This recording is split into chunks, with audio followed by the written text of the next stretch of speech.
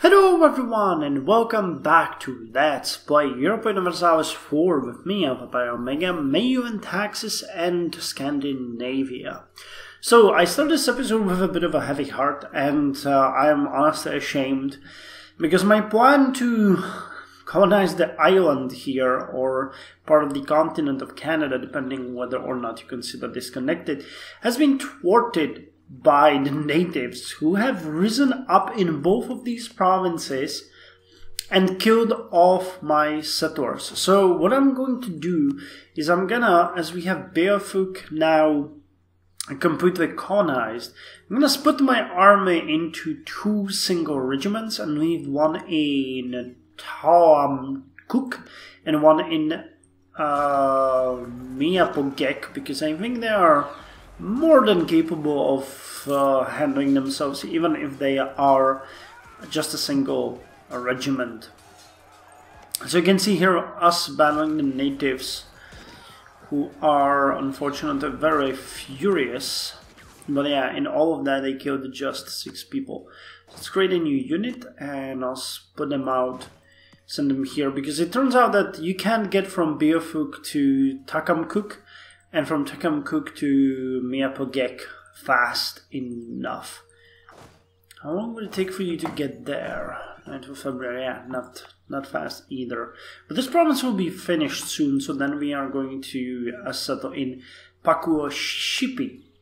The port has been built here, and we have lowered the night merge communications to 97 days, which takes autonomy down by a huge chunk. But I think you already know, I mentioned this in the last episode.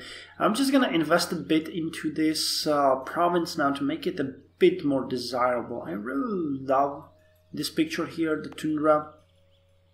This is more like taiga.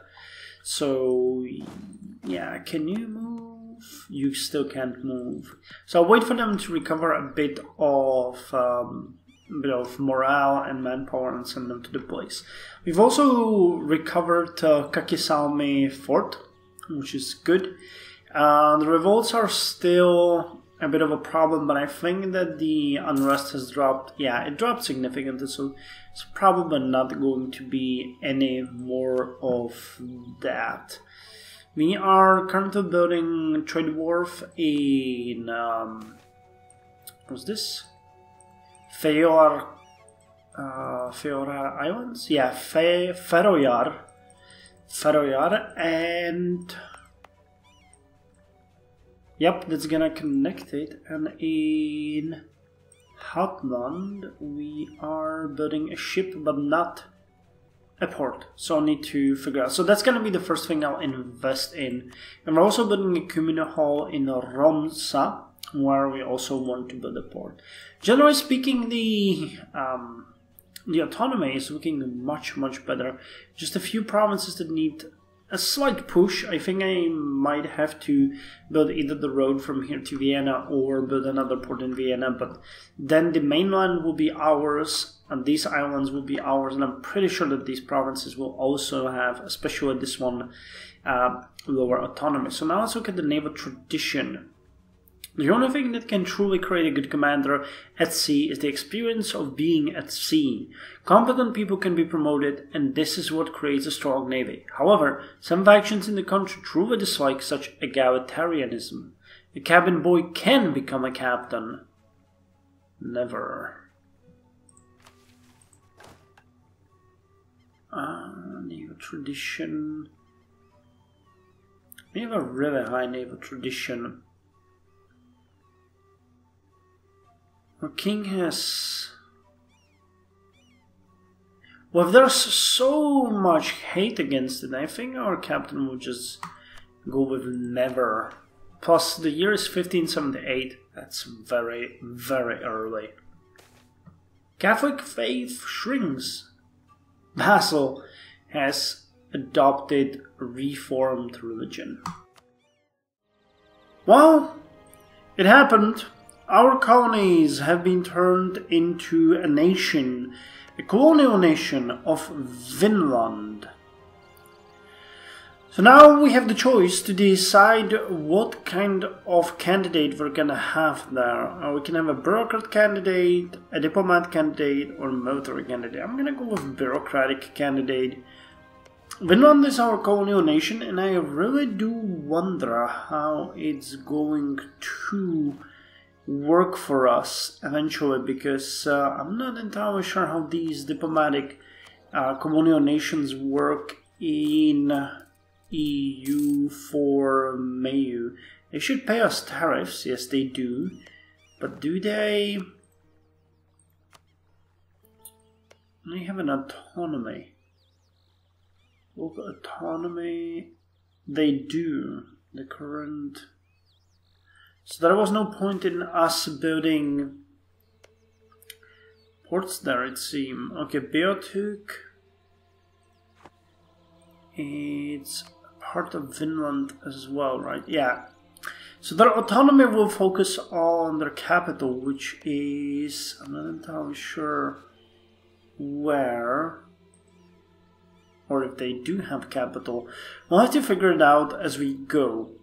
So church doctrine, this is another step towards conservative counter-reformation. I'm interested in how this is going to work. So when we now colonize these places, they will probably join the colonial nation of Vinland as we go on. I sent my, I don't know if you saw that, I sent my diplomat to improve relation with Vinland, our colonial nation, so we'll see if it works well. And we have a mission fulfilled, settle in America. So let's take that, that gives us, wow, getting conquistador with 80 tradition. Holy crap, August Sternbach. No, wait, that's our... Oh, this is the conquistador, isn't he? Lars Fischer. Not a bad guy either, and we can settle.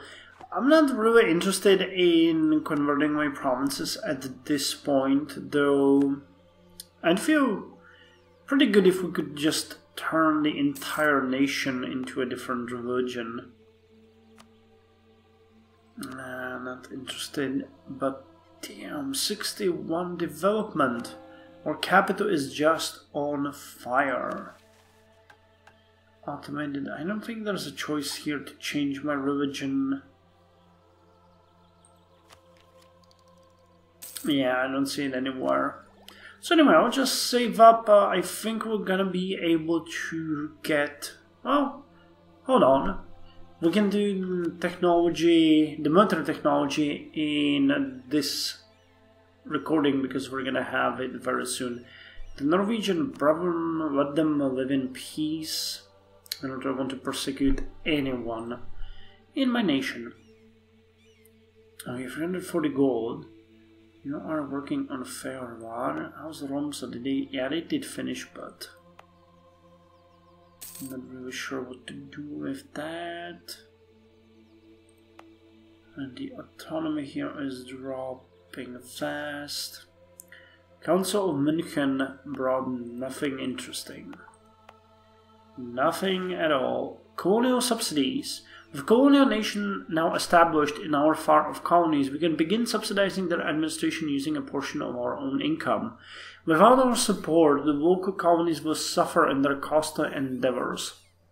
Investment may be expensive, yet the potential return could be worth the risk. Subsidies take 1 year to gather and a full year to distribute. The effects become yearly within 2 to 3 years. This decision can be changed later through the bureaucracy estate. Let us prepare to fund the colonies with 10% of our monthly income. No subsidy. Well, let's give them 10% of our monthly income, which is 9 gold. I think that's a decent amount. Plus, we're gonna expand the colonies with us adding new provinces, though. Will they raise their own army? That is a question that I have. Okay, you are now also colonized fully. So let's recall you and send you to Pakushipi. A new plague. Oh no, Inunat seafood! Holy crap. Had the death not quenched first, the plague will soon be upon us. We already see the pillars of smoke in neighboring provinces. Severe plague, terrible plague. Oh, they built a harbor here. Good on them. So did the plague spread to our capital? No, it seems not. A white in the darkness. It seems this plague, while it can kill, lacks the vigor we have seen in many other bouts of plagues. Men recover more often than not. Perhaps we might be lucky. Light cannons. Improvements in handheld firearms led to refinements in artillery pieces. Cannons were increasingly made smaller, but with longer barrels, giving them longer ranges and allowing them to be moved around more easily. Guns, such as heavy culverins, were light enough to be carried by a team of men or horses, which let them react to the shifting battlefield. Artillery fire increased by 0.5, artillery shot increased by 0.05. And flying dragon guns, I don't think that does anything for us, nope. But we get Flemish Hecapelita, level 30. Oh, Finnish Hecapelita, level 30. And Tercio turns into Soldati Charge Infantry. Well, okay. Good. The Church of Vinland. Settlers in the colonies have petitioned the king to send priests to help convert the natives there. The lack of established tradition in the colonies meant that it was possible to shape the future of the settlement that sprung up there. By setting aside land for the church, or encouraging religious settlement, or by taxing the settlers to support the church, a ruler could gain the support of the church, not only in the New World, but also in the Old. On the other hand, some argued that a new world meant a world without the interference of the church. Missionaries could upset the natives, leading to war, or worse yet, could convince the natives to try and join Danish society. After some deliberation, the governor has politely requested that we respect the colonists' wishes and keep the state religion as far away as possible. So, give the church land in Vinland gives us 10% liberty desire of Vinland, which is unfortunate, honestly, but what can we do? We have resettled the 3 places that I wanted to settle, and it's currently being worked on. I'm actually considering going ahead and getting maybe these 2 extra provinces, but not before Greenland is actually colonized. I hope that we'll keep Greenland. It would be nice if we had the reach here.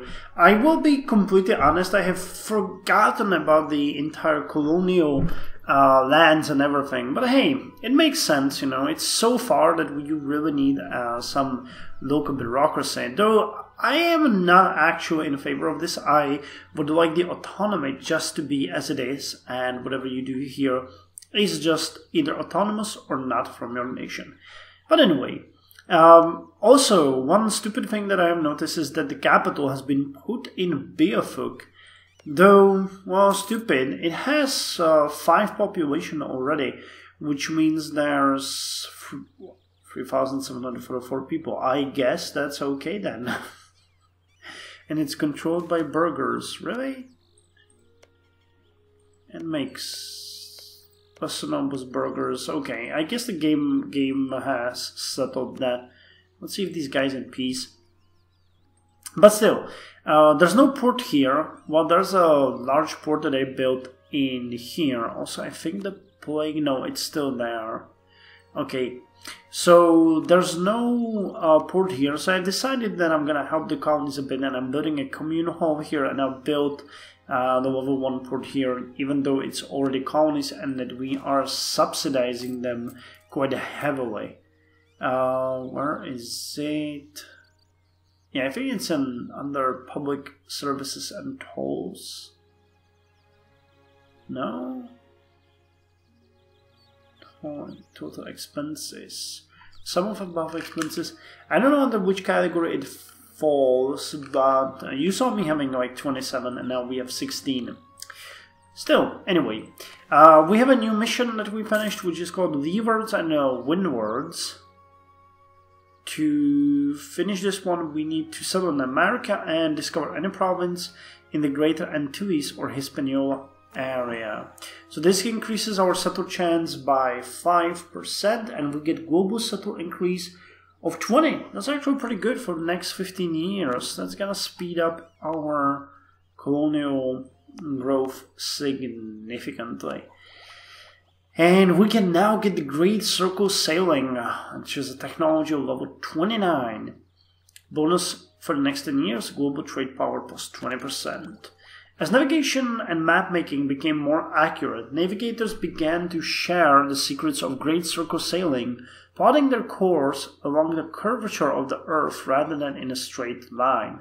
This led them to travel much more accurately when going east and west.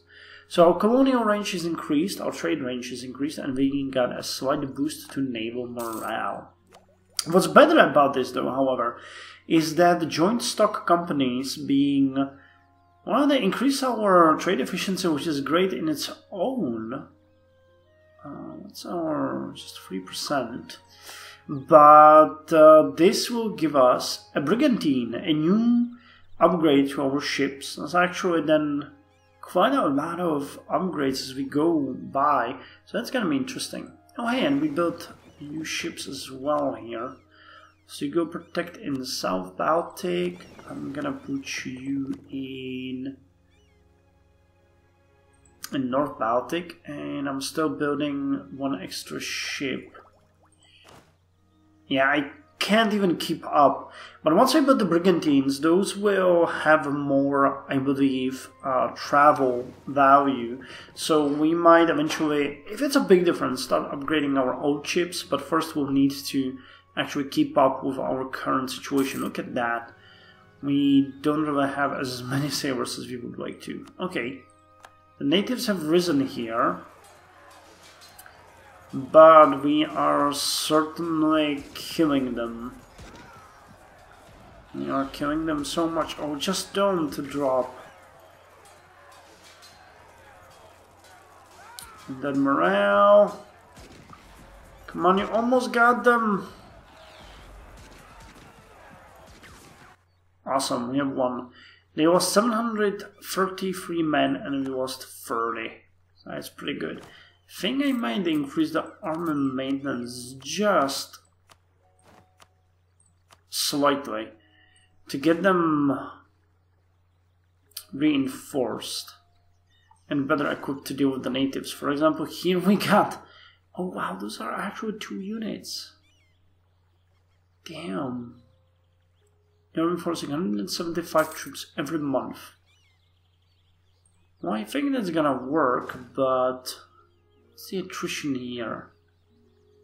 Unit weight is 2.1, so I'm at 2.8. Well, we'll see if that works. We'll see if that works. So it's time to get the ball rolling on our colonization. I have given the conquistador that we have gotten an order to move from Papua Shipi to the Terra Incognita here, because I suggest or suppose there's a province there, as well as the Torngat here. So once we discover those, I'm gonna take out the colonial, the colonists here. Actually, I'm gonna do that immediately, and I'm gonna recall this guy as well, and we're gonna send them to Torngat and this province, whatever it is. I have split the army here. I'm gonna send them to Nunatsivut and send them to Torngat to oversee the colony. There's another transport wave unit. If you remember, I had 2 in Greenland, which is now fully developed and building a fishing port. So they will move on to the provinces up here in the north, and they will patrol them. And here we go, we're gonna colonize this as well. This in the end gives us 1, 2, 3, 4, 5 provinces that are being colonized at the same time. And maybe if we get the ball rolling on this... actually, that's funny. They reinforce more in the terrain here than they did in Pakuashipi. What the hell is wrong with this province? That's insane. Can we get this higher up? I really wonder... If I could reinforce them, I could just then go and start dealing with Ushat as well. I'm not interested in that. I'm still working on that community hall. Yes, you are. So the port will come next. And here in Greenland, we need to finish the port, then the communal hall, and then the other port. Other than that, the autonomy is dropping significantly. We're still building a trade wharf in Romsa, but it's going to make a huge change here. The central Sweden, you can see, is now at very nice numbers. Västmanland is at 15, Uppland is at 27 and dropping. Dalarna is also dropping, and I'm actually considering building roads in here. So I want to connect with Akerhus, where, by the way, we have an autonomy of 3.8%. That is just amazing. But Dalarna could be another province that we would develop very well. There's a lot of population here, yet the urban gravity is very low. So if I build roads here, it would be kind of cool to start building a central city here of Falun. Do we want to do that? Well, we have a lot of manpower to help with it. We're going to do it. There's no way to contribute rural wealth or urban wealth here, so let's pay off the remaining with gold.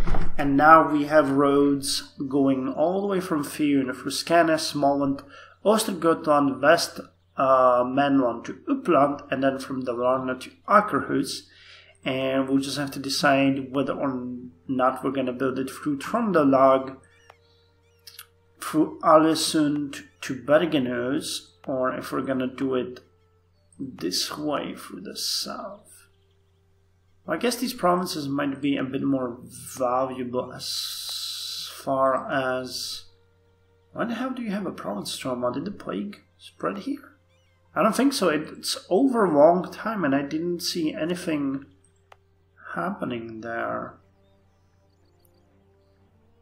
Yeah, we'll probably do it this way. That seems slightly better at first. The Finnish brethren, let them live in peace.